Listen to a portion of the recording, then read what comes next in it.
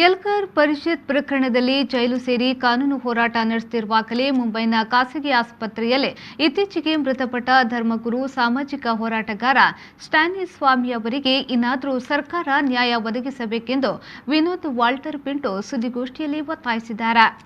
ಸ್ಟ್ಯಾನಿಸ್ವಾಮಿಯವರ ಆರೋಪವನ್ನು ಸಾಬೀತುಪಡಿಸಲು ತನಿಖಾಧಿಕಾರಿಗಳಾಗಲಿ ಸರ್ಕಾರಕ್ಕಾಗಲಿ ಸಾಧ್ಯವಾಗಿಲ್ಲ. ತೀವ್ರ ಅನಾರೋಗ್ಯಕ್ಕೊಳಗಾದಾಗಲೂ ಅವರಿಗೆ ಜಾಮೀನು ಸಿಗಲಿಲ್ಲ. ನ್ಯಾಯದ ನಿರೀಕ್ಷೆಯಲ್ಲಿರುವಾಗಲೇ ಸಾವನ್ನಪ್ಪಿದ್ದಾರೆ ಎಂದರು. ಕೈದಿಗಳಿಗೆ ಅವರದೇ ಆದ ಮೂಲಭೂತ ಸೌಕರ್ಯಗಳು ಅಂತ ಉಂಟು.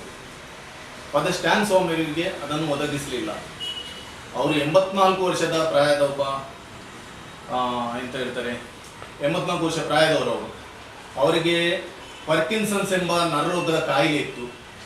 ಅವರು ಅನೇಕ ಬಾರಿ ಕೋರ್ಟಿಗೆ ಹೋದರು. ಅವರ ಪರವಾಗಿ ಅವರ ವಕೀಲರು ಅನೇಕ ಬಾರಿ ಕೋರ್ಟಿಗೆ ಹೋದರು. ಅವರಿಗೊಂದು ಈ ಸಿಪ್ಪರ್ ಮತ್ತು ಒಂದು ಸ್ಟ್ರಾ ಕೊಡ್ಬೇಕಂತೇಳಿ ಅದು ಸಹ ಇದು ಮಾಡಲಿಲ್ಲ. ಅದಕ್ಕೋಸ್ಕರ ಒಂದು ಆಂದೋಲನವೇ ನಡೆಯಿತು. ನಂತರ ಅವರಿಗೆ ಅದನ್ನು ಕೊಡಲಾಯಿತು. ಸೊ ಅವರು ತೀವ್ರ ಅಸ್ವಸ್ಥರಾದ ಮಧ್ಯದಲ್ಲಿ ಬಿದ್ದು ಅವರಿಗೆ ಹಾಸ್ಪಿಟ್ಲಿಗೆ ಅಡ್ಮಿಟ್ ಮಾಡಲಿಕ್ಕೊಂದು ಅನುಮತಿಯನ್ನು ನೀಡಿದರು. ಬಾಂಬೆ ಹಾಸ್ಪಿಟಲಲ್ಲಿ ಅವರು ಅಡ್ಮಿಟ್ ಮಾಡುವಾಗ ತುಂಬ ಲೇಟ್ ಆಯಿತು. ಒಂದು ವಾರದ ಮುಂಚೆ ಅಲ್ಲಿ ಅಡ್ಮಿಟ್ ಮಾಡಿದಂದ್ರೆ ಅವ್ರಿಗೆ ಗೊತ್ತಾಯಿತು ಅವರಿಗೆ ಕೊರೋನಾ ಸಹ ಇದೆ ಅಂತ ಹೇಳಿ. ಜುಲೈ 5ರಂದು ಅವರು ನಿಧನರಾದರು.